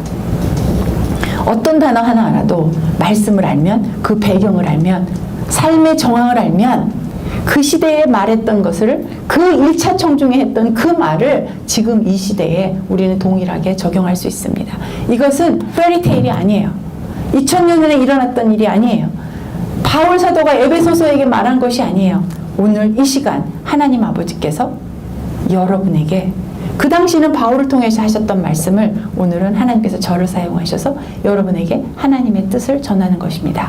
하나님의 영광과 찬송이 여러분이 되게 하기 위해서인 것입니다. 하나님 내 삶이 평생도록 하나님의 영광과 찬송이 되게 하여 주십시오. 이것이 여러분의 기도였으면 좋겠습니다. 다 함께 기도하시겠습니다. 이 성경을 보셔도 되고요. 책을 보셔도 됩니다. 그냥 눈 감고 기도하셔도 됩니다. 여러분의 이거 하나는 잊지 않으셔도 좋겠다. 내가 하나님의 영광과 찬송이 되게 하여 주시고 하늘의 비밀을 알게 하시고 하늘의 지혜와 총명을 주셔서 나로 하여금 주님의 일을 감당하는 자 되게 하여 주시옵소서. 그 부르심이 무엇인가? 하나님의 성품을 드러내고 하나님의 모습을 드러내는 자, 그 자가 되게 해달라고 다 함께 기도하시겠습니다. 하나님 아버지 감사합니다. 하나님 이들이 이곳에 있는 것, 에베소서를 대하는 것, 이것이 하나님의 뜻인 줄 믿습니다. 하나님 저를 이곳에 보내셨은 그것이 하나님의 뜻 가운데 있다는 것을 믿습니다. 하나님 이 에베소서를 공부하는 이들 7주가 지난 다음 하나님의 뜻 가운데 하나님의 부르심을 받은 자로 하나님의 사명, 이 삶을 들여 하나님을 드리는 자 되게 하여 주시옵소서.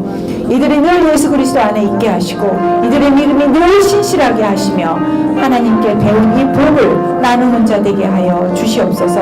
하나님 이들이 늘 아버지를 묵상하며 예수 그리스도 안에 있는 것을 묵상하며 이들을 통해서 은혜와 평강이 이 땅 가운데 충만하게 하여 주시옵소서. 하나님 하늘에서 주시는 이 은혜와 그 샬롬, 이 평강이 이 각 가정 안에 차고 넘치게 되기를 원합니다. 이들이 기도하는 그 열방이 하나님의 은혜가 가득하길 원하며 하나님의 평강 가운데 있게 되기를 원합니다. 하나님 이 전 세계에 난민들이 넘쳐나고 있습니다. 전쟁이 넘쳐나고 있습니다. 시기와 질투와 기근과 하나님 이 세상의 마지막 때에 있는 많은 것들이 있습니다. 하나님 그런 환난에 두려워 떨지 말게 하시고 하나님 믿음 안에 굳건히 설 수 있게 하여 주시옵시고 하나님 그 환난 가운데서도 은혜와 평강을 허락하셔서 하나님 그 가운데서 우리의 믿음을 지켜갈 수 있도록 하나님 아버지 우리를 지켜주시기를 원합니다. 내 삶이 찬송이 되길 원합니다. 하나님 아버지 예수 그리스도 안에서 하나님의 뜻 가운데 일하는 자가 되게 하여 주시옵소서. 하나님 우리를 하여금 하늘에 속한 모든 하나님께서 허락하신 준비하신 모든 신령한 복을 우리에게 주셨으니 하나님이 복을 누리는 자가 되게 하시고 하늘의 복을 받은 자에 대한 믿음을 지켜나갈 수 있도록 하여 주시옵소서. 하나님 창세전에 이미 준비하신 그 뜻 가운데 우리가 있게 하여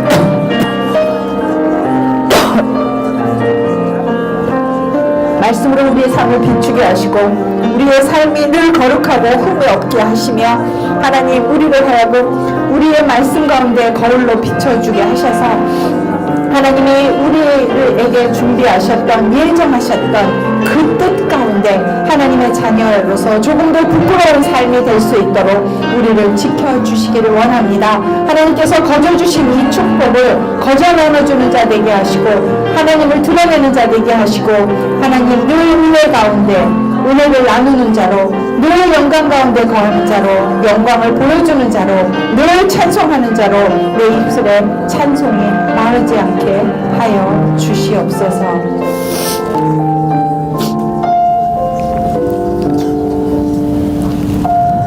하나님 아버지 감사합니다. 우리도 바울처럼 하나님의 뜻 가운데 있는 자 되게 하여 주시옵소서.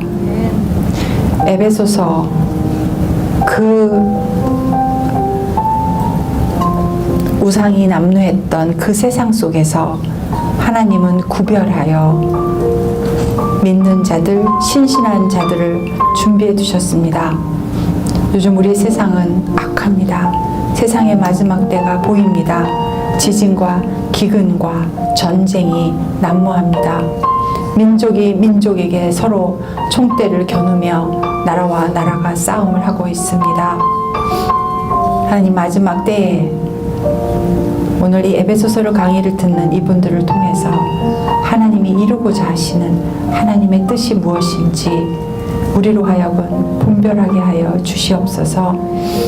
마지막 때를 준비하는 저희들 되게 하여 주시옵소서.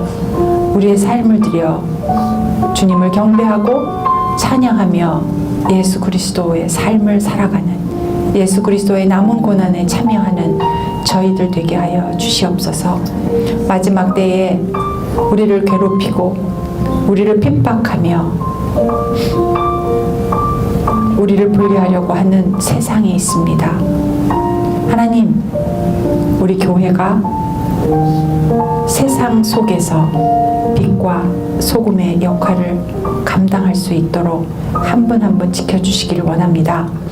교회 안에 많은 분쟁도 있습니다.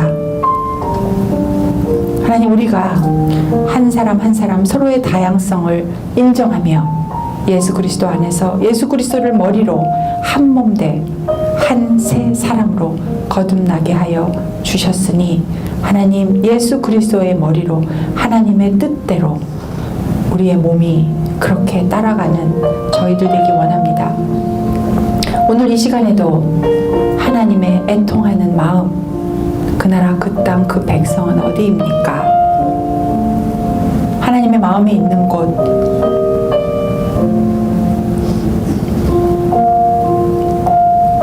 하나님의 복음을 듣지 못한 사람 때문에 눈물을 흘리는 하나님의 그 마음의 아픈 자들 하나님 불러주시고, 하나님의 뜻 가운데 하나님의 마음이 있는 곳에, 하나님의 눈길이 가 있는 곳에 우리들의 마음도 그곳에 있게 하여 주시옵소서. 내가 이곳에서 편히 산다고 세상에 버려진 사람들을 무시하는 자들 되지 않기 원합니다. 내 창고에 먹을 것이 있다고, 내가 쉴 곳이 있다고 거기서 그치지 않게 하여 주시옵소서. 가난한 자, 고아와 과부를 돌보라고 하신 그 하나님의 그 뜻에 우리의 몸과 마음과 정성과 그 사랑이 또 물질이 가게 하여 주시옵소서.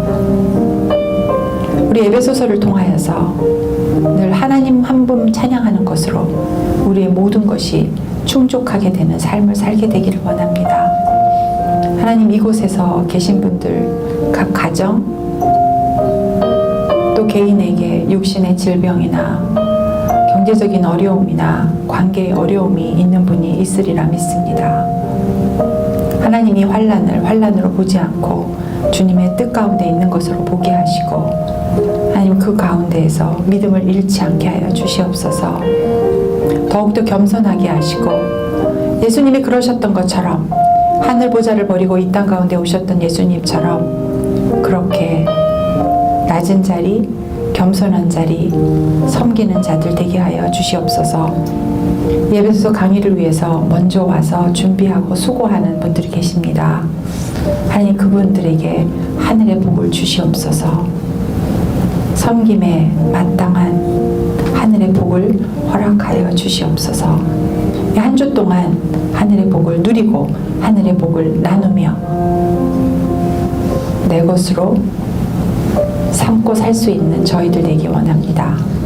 귀한 시간 허락해 주신 하나님께 모든 감사와 찬송과 영광을 드리며 예수님의 이름으로 기도드렸습니다.